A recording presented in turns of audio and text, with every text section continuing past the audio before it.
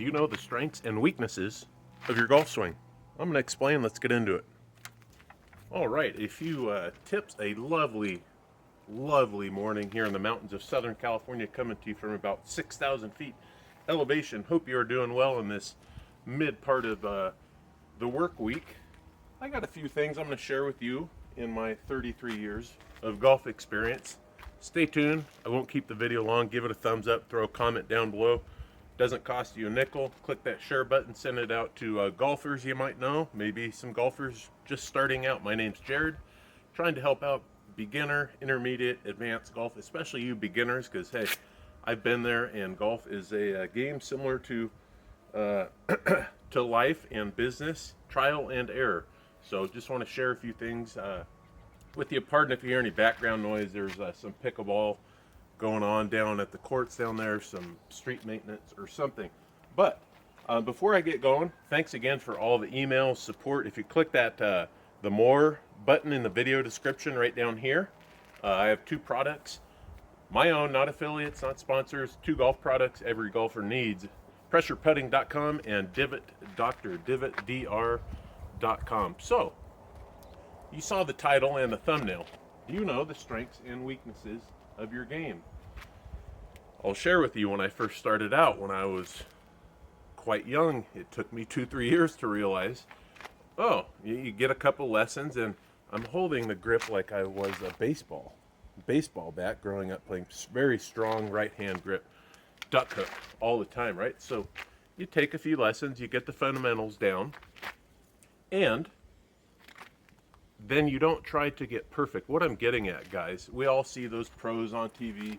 They got the perfect swing. We're all after that perfect swing. Let me tell you something. There is no perfect golf swing. Look at all the other sports. Many of you, and myself, I'm sure, familiar growing up playing baseball, basketball, soccer, cricket, rugby, etc.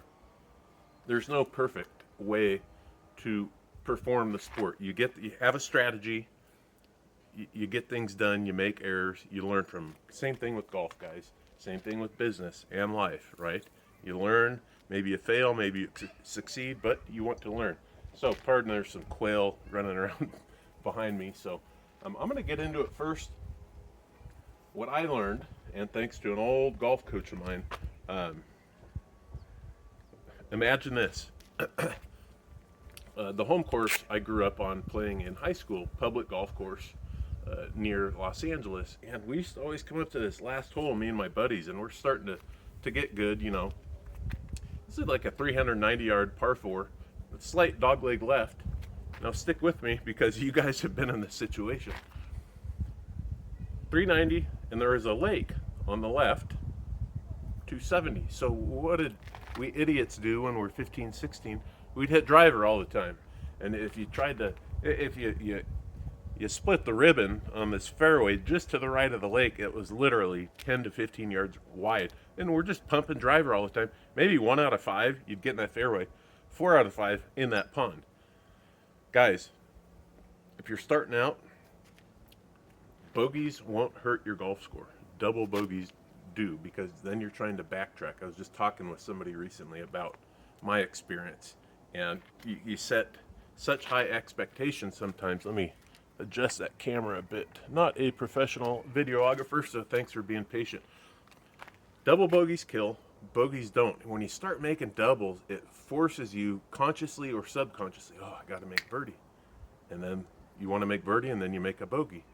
Oh, crap, I got to make a birdie. I got to bring this down. Then it's another bogey or a double bogey. It just goes backwards. So I'm going to try and split this videos probably into a few different videos. So check out the titles. You'll see when they're coming out. Try and do a video just about twice a week and some shorts. But yeah, I could go on, but thanks again for all these suggestions. First thing, probably I'll have to wrap up the video with this, is whether you're on a par 3, a par 4 tee box, a par 5 tee box. There's gnats flying around, so pardon if you see me doing this. When you're first starting out and intermediate, even not to the advanced level of golf, but what I'm getting at, let's say you got 155-yard par 3, right?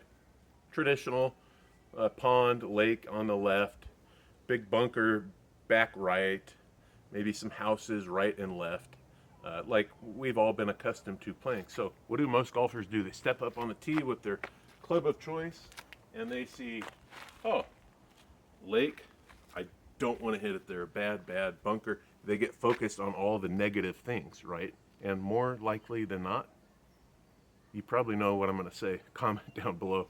They hit it in one of those two things. You need to acknowledge the problem, right? Pond, bunker, houses. Okay, don't think so negative. Oh, I can't go there. I don't do that, because then you're going to do that, ladies and gentlemen.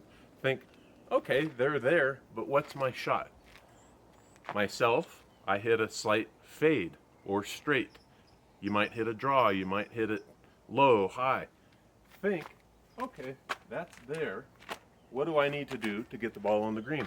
You don't have to be perfect all the time, right? I believe in the old saying, aim small, miss small. True. But you need to know your limits. If you hit a fade or if you hit a slice, you know your distances. This is why I've said in prior videos, and check them out. You got to know your distances of every club. So, that being out of the way, I'll get into another scenario. Let me see my timer, and I'll wrap the video up. And I'll continue this, so stay tuned. Say we all want to take out the big stick on a par 4, right? Okay. Well, if I see a lake on the right, fairway bunker lining the left, and it's 400 yards, say average. What am I going to do? I could hit the driver, depends on how I'm hitting it that day. That's what you need to know too. Warm up on the range, short game, chipping, putting. You got to know how you're feeling that day, ball striking wise. So for instance, if I'm on the first tee, maybe haven't played the course before, and maybe not the big stick. My golf coach growing up in high school said, on that hole I was talking about prior, don't hit your driver, guys. The hole's 390. Hit a 6-iron down there. You're short of the water. So for instance, I know this for me is gonna go on any given day. If I hit it solid on the button, 280, 290, maybe 3 with a fade. But you're facing that first hole, maybe a little nervous, not warm. Guys, take out your 3 wood, your rescue, even this, a 4-iron. Like I mentioned, my coach in high school, hit a 6-iron. Hit a 6-iron twice, close to the green, chip and a putt, maybe you got par, at worst, bogey, okay? In golf, we want to limit mistakes. You catch me? Okay, throw a comment below and stay tuned for that next video coming out. Got a list, a bunch of things I want to cover with you guys, from equipment to more swing analysis, kind of course strategy, the next couple videos. So if you like it, give it a thumbs up and share it with everybody, and enjoy the view from Pine Mountain Club, California. Have a great rest of your week heading into the weekend. God bless and take care. Smile at somebody. It doesn't cost you a nickel. Hit them straight.